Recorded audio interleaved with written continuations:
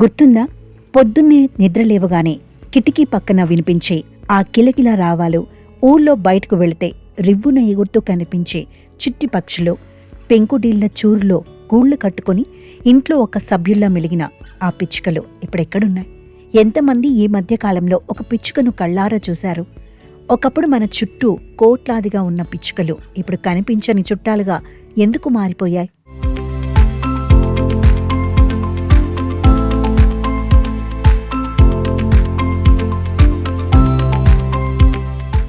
గూన పెంకుల ఇంటి అంచున, బావి దగ్గర చెట్ల కొమ్మలకో సందడి చేస్తూ పిచ్చుకలు కనిపించేవి.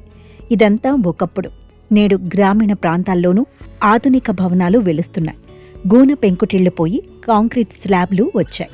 పిచ్చుకలు గూడు కట్టుకోవడానికి 1 ఇంచు ఖాళీ కూడా లేని విధంగా ఇళ్లను నిర్మించుకుంటున్నాం. దీనికి తోడు పెరిగిన వాహనాల కాలుష్యం, గాలిలో విషతుల్యమైన రసాయనాలు ఆ చిన్నారి పక్షుల ఊపిరిని తీస్తున్నాయి. మనుషుల జీవన శైలి మారిన కొద్దీ మానవాళికి మేలు చేసే పిచ్చుకలు మాయమవుతూ వస్తున్నాయి. పిచ్చుకల సంఖ్య తగ్గిపోవడానికి ప్రధాన కారణం మన చేతిలో ఉన్న మొబైల్ ఫోన్లేనని నిపుణులు హెచ్చరిస్తున్నారు.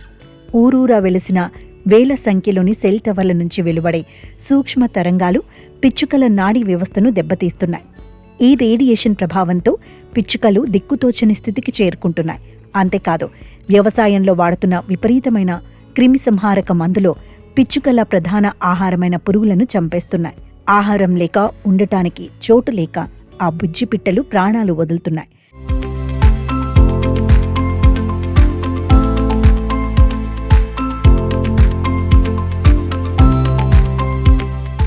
పిచ్చుకల మనుగడ మానవ జాతికి ఎంతో ముఖ్యం. ఎందుకంటే ఇవి పంటలకు హాని చేసే పురుగులను తిని పరోక్షంగా రైతులకు, పర్యావరణానికి ఎంతో మేలు చేస్తాయి. పిచ్చుకలు లేని లోకం కళావిహీనంగా మారుతుంది.